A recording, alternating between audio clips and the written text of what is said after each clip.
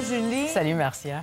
Aujourd'hui, Julie va nous présenter un reportage qui aurait pu faire l'objet d'un documentaire. Bien, on ne sait jamais, on va peut-être en faire un. Oui. Advienne que pourra, mais j'ai eu le privilège de suivre une membre de l'équipe de C'est ça la vie, Jeanne Choquette, tout au long d'une aventure humaine assez particulière, celle d'un implant cochléaire. Oui, sur une période d'un an et demi. Un an et demi. Alors, un implant cochléaire, c'est un microprocesseur qui est implanté par chirurgie derrière l'oreille et qui remplace en quelque sorte le nerf auditif pour redonner l'ouïe à quelqu'un qui l'a perdu. On a déjà entendu parler de cette opération-là par l'émission Découverte, par les enfants de René Simard, notamment, qui ont eu cet implant cochléaire. Et dans le cas de Jeanne, sa surdité s'est découverte quand elle était petite fille, s'est aggravée à partir de l'an 2003. Donc, elle est devenue vraiment une candidate idéale pour recevoir l'implant cochléaire. Donc, je l'ai suivie pendant un an et demi, avant, pendant et après l'opération, alors qu'elle était accompagnée par sa partenaire de vie, Rachel.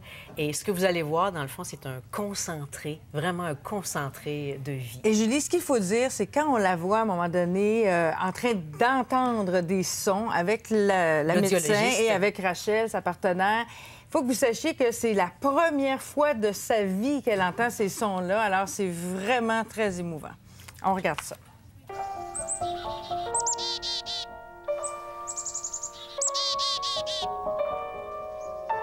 Moi, ce que j'entends pas, c'est surtout les hautes fréquences. J'entends pas les rainettes, les grenouilles qui chantent, qui peuvent enterrer les conversations. J'entends pas les oiseaux. Je pense que j'avais 20 ans la dernière fois que j'ai entendu un oiseau.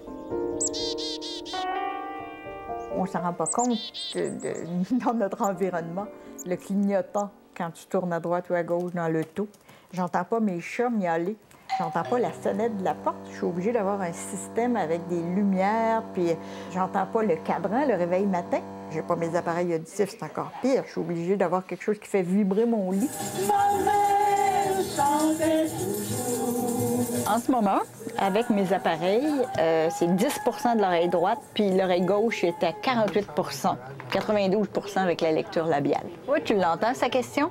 Tu l'entends bien, ouais. Moi, je l'entends pas. Il y a trop de bruit ambiant. Ça vous rappelle cette chanson-là? Quand j'enlève mes appareils, j'entends plus rien, évidemment, là, mais au niveau professionnel, c'est certain que ma surdité est un handicap, mais je me suis rendue quand même assez loin. Je suis réalisatrice pour la télé. J'en reviens pas moi-même. Ce qui est plus difficile, il faut que je voie les gens à l'écran. Quand je fais un tournage, quand c'est moi qui pose les questions ou que je suis avec un recherchiste ou un journaliste qui pose les questions et puis que je peux voir la personne, que je peux lire sur ses lèvres, ça va. Mais si je regarde un reportage qui est monté, qui est tout fini, qui est recouvert d'images pendant que la personne parle, on me perd. Puis l'autre chose, dans une régie, il y a le réalisateur qui parle, il y a l'assistante à la réalisation qui parle, puis il y a l'animatrice qui parle en même temps. Fait que ça, je suis pas capable de filtrer. Si je me fie juste à mon système, ça fonctionne pas, c'est pas suffisant. C'est pour ça que je vais avoir un implant cochléaire, c'est plus suffisant. Je fonctionnais tellement bien en pouvant lire sur les lèvres, avec mes appareils auditifs, avec des systèmes qui permettent d'amplifier encore plus. Mais là, j'ai atteint un mur.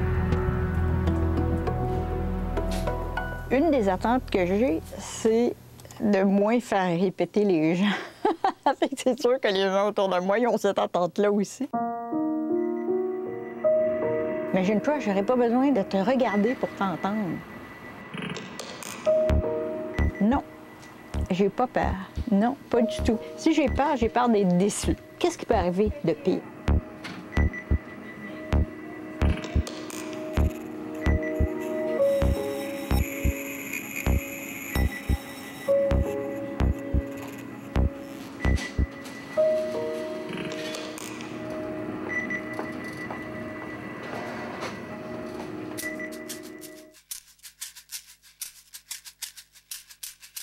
On est mercredi 10 novembre, ça fait un mois précisément hier que j'ai été opérée. Et là, on s'en va à l'hôpital pour rencontrer Josée, pour activer, elle va me donner le processeur externe et elle va le brancher.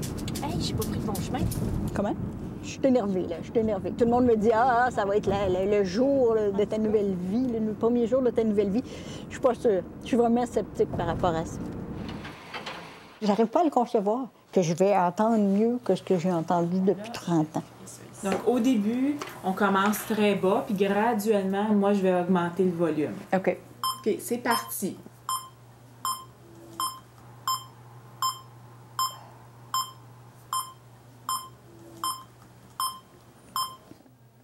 Là, t'as arrêté?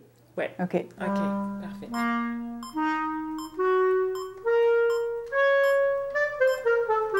Oui. C'est difficile de qualifier. C'est fort, mais confortable.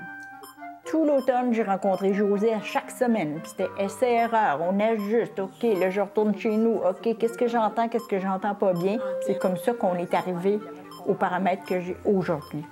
Oui. C'est en train de changer, là. Si je me mets à frapper des mains, est-ce que c'est fort? Même si la personne a du succès très rapidement, la personne va continuer à s'améliorer. Il va continuer à avoir des changements. Normalement, c'est des changements très positifs. Ça peut prendre jusqu'à 2 ans avant qu'on atteigne vraiment un plateau. T'entends ça? Ben oui. Peur. Peur. Ça fait drôle. Couteau. Couteau. Bille. Bille.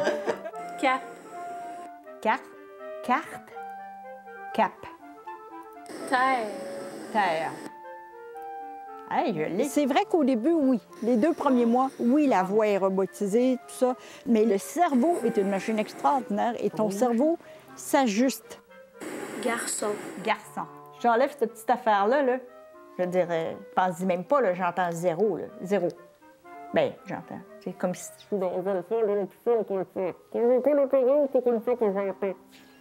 Ça te donne une idée. On est dans le parc de la Gatineau. Et puis là, j'entends la source, mais alors là, avec une qualité sonore qui est incroyable. Avant, là, j'aurais entendu comme si tu ouvres le robinet, là, pshhh, aucune nuance. Là, j'entends les coulis d'eau, là, tu sais, les gouttes. Vraiment, la richesse de ce son-là est incroyable. Je savais que j'étais sourde, mais je n'avais pas réalisé à quel point. Là, maintenant que j'entends toutes les nuances, je réalise tout ce que j'ai pas entendu. C'est hallucinant. C'est vraiment un plaisir. C'est extraordinaire. Tiens, regarde. T'as entendu? Toi, tu l'as entendu? Oui! Regarde ça! Ah! J'entends même le bruissement des ailes. Ça dépasse mes attentes. Ça demeure de la technologie. Un implant cochléaire n'est pas une oreille bionique. On va tenter d'améliorer puis de le rendre le plus parfait possible, mais ce n'est pas un système qui est parfait en soi. Donc, il faut apprendre à composer finalement avec le monde entendant tous ces stimuli-là, puis d'extraire ce qui est important. Vendredi. C'est sûr que pour que mon ouïe soit optimale, il faut que les conditions soient bonnes. Il faut que ce soit une seule personne à la fois qui parle. Il ne faut pas qu'il y ait de sons ambiants trop forts qui viennent enterrer la conversation. Ça faisait quoi? Bip, Je dirais que c'est la seule limitation parce que sinon, il y a un son qui l'emporte, puis je vais comprendre mon interlocuteur ou je vais entendre l'oiseau ou le vent ou l'eau. Ou le ronronnement d'un chat. Ou le ronronnement d'un chat. T'es une machine à ronronner, Fredo. Des patients qui sont capables de décrire ce qu'ils entendent, ce qu'ils recherchent, ça facilite le processus énormément. Puis Jeanne est vraiment exceptionnelle, très précise. Donc c'est un plaisir. C'est sûr qu'on a encore des choses à améliorer pour faciliter la communication avec l'implant. Mais en général, Jeanne, c'est un parfait exemple de succès. Ça fait 1 an et demi que j'ai eu la chirurgie, puis je peux te dire que j'essaie d'être en perpétuel état d'émerveillement et de gratitude. Les sons que j'entends maintenant, c'est une symphonie. Fait qu'à chaque jour, j'essaie de me rappeler comment c'était avant et puis de me dire « Hey, wow, c'est fantastique, là, j'entends. »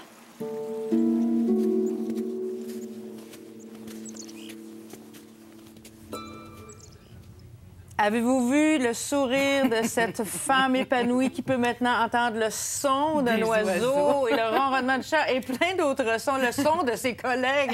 Bonjour, Jeanne. Bonjour, on est tellement émus. Hein? Nous, on te connaît personnellement et je suis certaine que ça a ému ce beau reportage-là, les gens qui l'ont écouté. Quand tu as vu ce reportage, Jeanne, comment tu t'es sentie?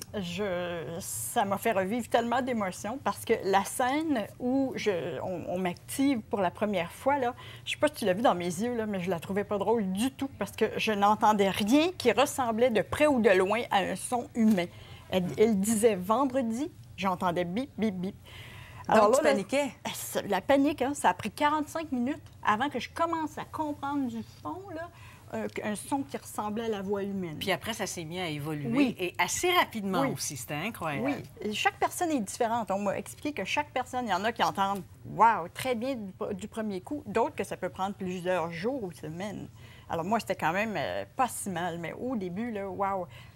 Ça fait que ces images-là, je n'avais pas été capable de les revoir parce que je savais que ça me faisait trop revivre d'émotions. Donc, ça change complètement de vie, hein, Jeanne. Tu savais que ça allait changer ta vie, mais savais-tu que ça allait changer à ce point? Ah non, non, non. Puis mes collègues en reviennent toujours pas. Hein? On travaille dans des cubicules, là. Puis bon, il y a Nadine, Hélène, on se parle. Puis avant, il fallait que je me lève, que je dise, puis que je m'approche, puis que je regarde sur les lèvres. Là, maintenant, On dit « Jeanne ». Puis elle se tourne. Oui, je me revire même pas, puis il me parle. Puis on peut même plus parler dans son dos. non. Vous avez assez rapidement, là, en quelques mots, qu'est-ce que ça a pu permettre de développer comme complicité entre vous, d'avoir tourné ça, échelonné sur 1 an? Bien, Jeanne était tellement naturelle dans le reportage parce que c'est moi qui tournais. Donc, elle me parlait, elle parlait à la caméra. Donc, on était très, très intimes. Donc, ce qui est livré à la caméra, dans le fond, c'est tellement brut, c'est avec un grand cœur. Parce que c'est une condition. Julie disait, il faut faire un reportage là-dessus. J'ai dit, oui, mais je suis pas prête à laisser n'importe qui entrer dans mon intimité là, quand tu rentres dans une salle d'opération. Bien, merci beaucoup de nous avoir laissé entrer dans ton intimité au nom de tout le monde aussi qui apprécie le reportage. Oui, Julie? Dernière chose. Oui. Bonne fête, Marcia! Merci beaucoup. Merci. Est-ce que ça vous est déjà arrivé d'être jaloux ou que quelqu'un soit jaloux de vous? Bien, c'est pas un sentiment vraiment agréable. Hein? On va en parler avec notre chroniqueuse et psychologue Suzanne Vallière après la pause.